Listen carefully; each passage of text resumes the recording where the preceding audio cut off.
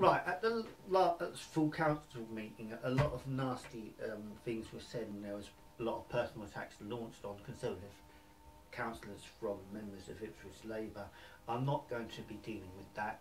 I'll leave the negative campaigning to Labour because that's what they're good at.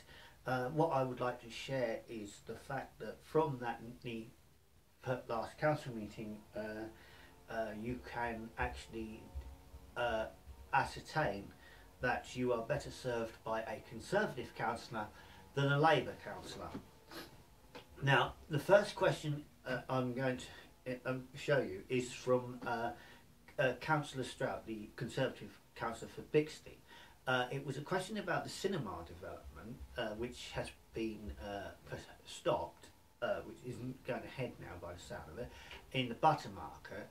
And obviously the supplementary, I mean, was going to be about the fact that if this Labour administration at Ipswich had actually put in a bid for the old Odeon, and instead of letting a private company get it, then basically the Butter Market cinema development was more likely to go ahead. And so are the administration going to take responsibility?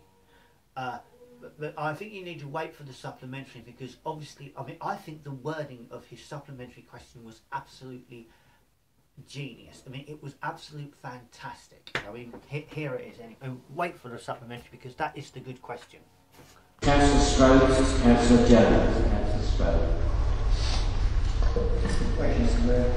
In the autumn of 2012, the Labour administration gave us back into a £7 million multi-screen cinema complex to drive the redevelopment of the Butter Market shopping complex. Can the portfolio officer, President, provide the council with an update on the progress? Thank you, Councillor Jones. Thank you, Mr. Mayor. Councillors will recall that Planning and Development Committee unanimously... Councillors will recall that Planning and Development Committee unanimously agreed the cinema proposal for the Better Market Shopping Centre.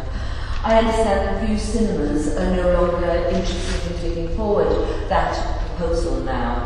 However, I do remain optimistic that the redevelopment will take place, potentially under a different operator. It is still my view, and the view of this council and our partner organisations, that a cinema would be a very good anchor for the Better Market. Thank you. Councillor Strode, with a supplementary. Thank you. Thank you for that response. When Councillor Jones meets with the Westgate constituents, do they tell that their town centre, our town centre, is better, more vital, more exciting than it was when she took over as portfolio of Ipswich's economic development all 4 years ago? What's that to do with the cinema? It's related to town centre's economic development, which the cinema would have been part of. So thank you. Mr. Mayor, I'm happy to say that they usually talk to me about the bedroom tax, the cost of living, and how hard it is to get by. I've yet to meet anybody who's mentioned the cinema, but if they did, I would say that I wholeheartedly hope we get it, because it would be transformational. Thank you. Really? Now that's interesting, Councillor Jones, because when we were speaking to residents in Westgate a few weeks back, they were talking about rubbish in the streets, bins on pavements, weeds growing in the gutter, and basically how the place looks like a ruinous mess and how useless our Labour councillors are. Obviously, Councillor Jones is not in touch with her ward as she would like to claim. But then, so she was merely that was mere political posturing. I do personally know a couple of people in Westgate Ward who have been affected by the removal of the spare room subsidy, but the thing is, neither of them should be affected by it. It's just that this lousy Labour council is actually picking on them to make the government look bad, because they are, well, they want the Tories to look evil, so they can blame them.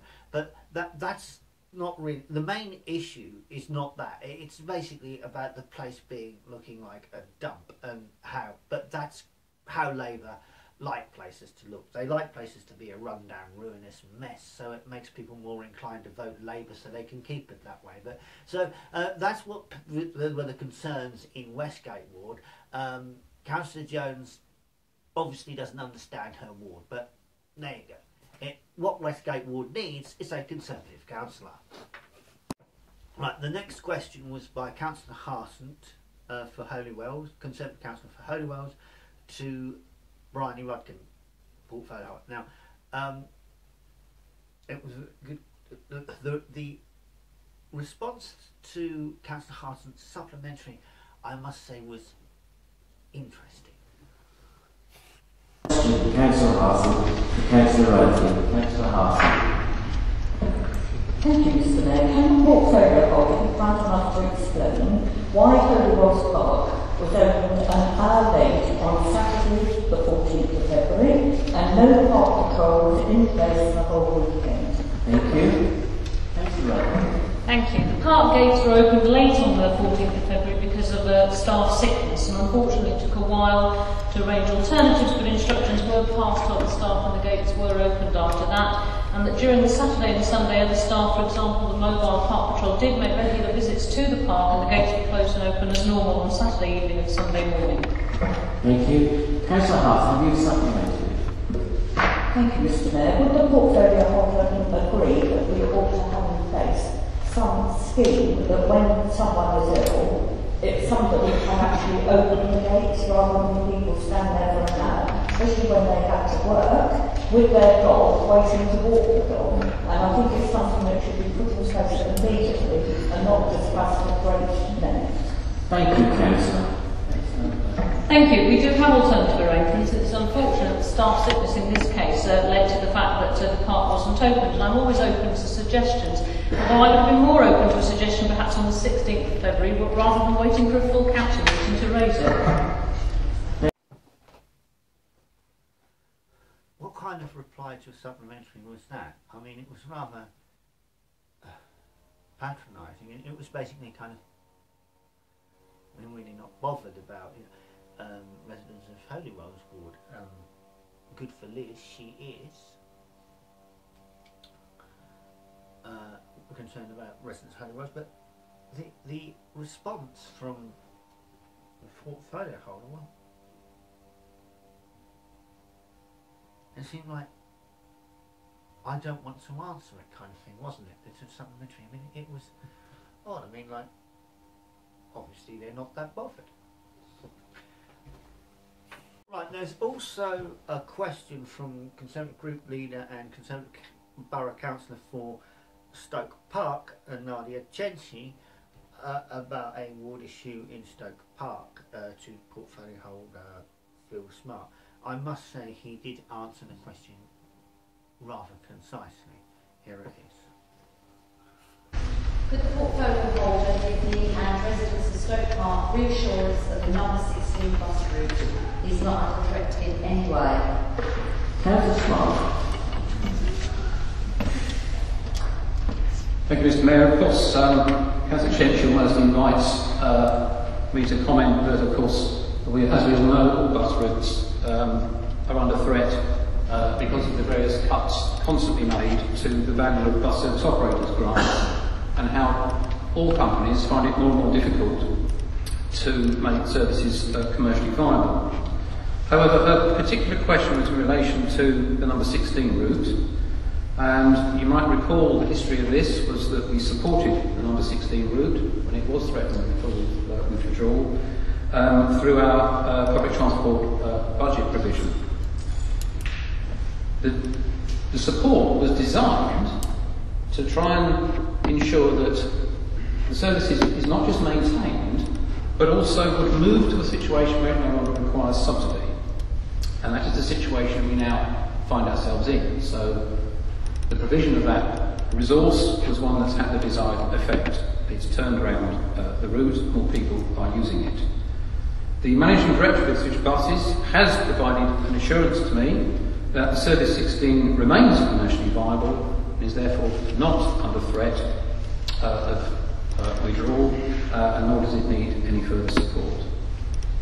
Thank you. Councillor Tensi, who's supplementary? Thank you. Right, the next question is from the Conservative borough candidate for Gipping Ward in regarding a ward issue that affects Gipping Ward. I must say the answer, this was also to Phil Smart, I must say the answer was very concise also, but I'm glad I actually asked the supplementary because the reply to that was more interesting. Anyway, here we go. And this is up to Councillor Smart.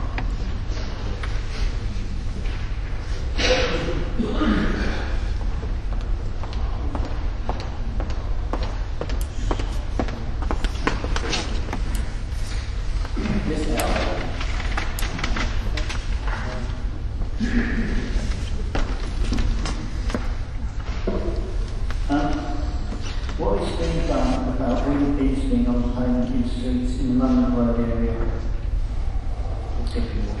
Councillor Smart.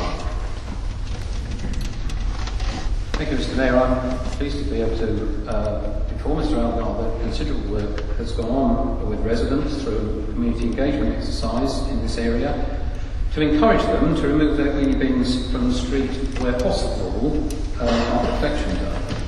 And this has even extended to putting stickers, not simple things, that say, please don't leave me on the street, onto the bins themselves as a reminder. Thank you. Councillor Algar, Mr. Algar, have you a supplementary? Thank you for your very concise response. I was going to ask if you knew that bins on payment knocking 30% of planning properties. If not, say yes on that. Thank you. Mr. Councillor Smart, I'm not surprised that we get a question that reflects more of an interest in property values than anything else in terms of local amenity. But there's all sorts of things, bins on pavements, fly-tip waste, all these things are enforcement issues that affect people's quality of life. What we have to do is try and enforce the situation sensitively. Not everybody has the ability to store their bins out of the street, and therefore we have to apply a bit of a common sense test and approach as to whether they've tried as far as possible to move it to the edge of the pavement without causing obstruction. People who cause them obstruction, they will be eventually the enforcement action taken against them, but the actual presence of the bin is something that we just have to make a judgment about whether it's feasible to remove it or not. Cool. Blast. Any bothered about the value of his house being affected? I mean, if it affects one part of town, it affects the whole lot. I mean, property prices are like that. If one area is lowered by 30%, then the area next to it is also. I mean, anyway. Another thing that's interesting about the reply was he was obviously expecting the supplementary to be along the lines of, well, if you've got all these procedures in place, why have there been bins on the pavement in the London Rid area for the last 5 or 6 years or something? And the reply basically was a long-winded way of saying we don't care about Gipping Ward, but we knew they didn't care anyway. So I'll end this by saying that in the borough elections, if you want a hard-working borough councillor, then you should vote Conservative. In the general election, if you want a hard-working MP, then vote for Ben Gummer. He's a very hard-working MP for Ipswich. So in both elections, vote Conservative, vote for Ben Gummer. Okay? Thank you very much.